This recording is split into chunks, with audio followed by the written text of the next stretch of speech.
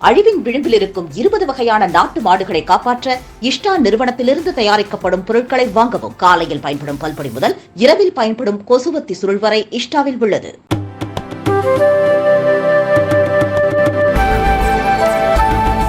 மாணவர்கள் எண்ணிக்கை குறைவாக இருக்கும் பள்ளிகளை மூடும் திட்டம் இல்லை என பள்ளி கல்வித்துறை தெரிவித்துள்ளது. தமிழகம் முழுவதும் அரசு தொடக்க பள்ளிகள், நடுநிலை பள்ளிகளில் கட்டாய கல்வி உரிமை சட்டத்தின்படி நிர்ணயிக்கப்பட்ட எண்ணிக்கையை விட குறைவாக மாணவர்கள் இருக்கும் பள்ளிகளை மூட பள்ளி கல்வித்துறை திட்டமிட்டிருந்தது. மாவட்ட வாரியாக இதற்கான பட்டியல் சேகரிக்கப்பட்டது. கள்ளக்குறிச்சி மாவட்டத்தில் முதற்கட்டமாக 32 பள்ளிகளை மூடி அங்கு படிக்கும் மாணவர்களை அருகில் இருக்கும் வேறு பள்ளிகளில் சேர்க்க முடிவு செய்யப்பட்டது.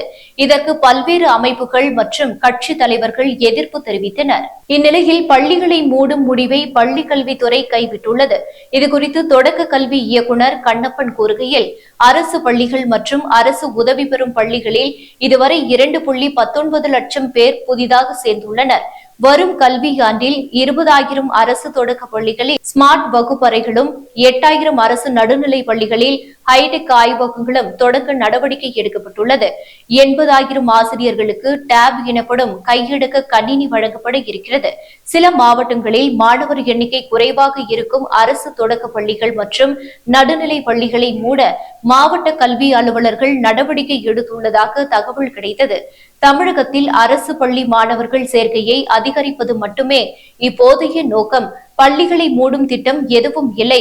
இதுகுறித்து மாவட்ட கல்வி அதிகாரிகள் எச்சரிக்கையுடன் செயல்பட அறிவுறுத்தப்பட்டுள்ளது என தெரிவித்தார்.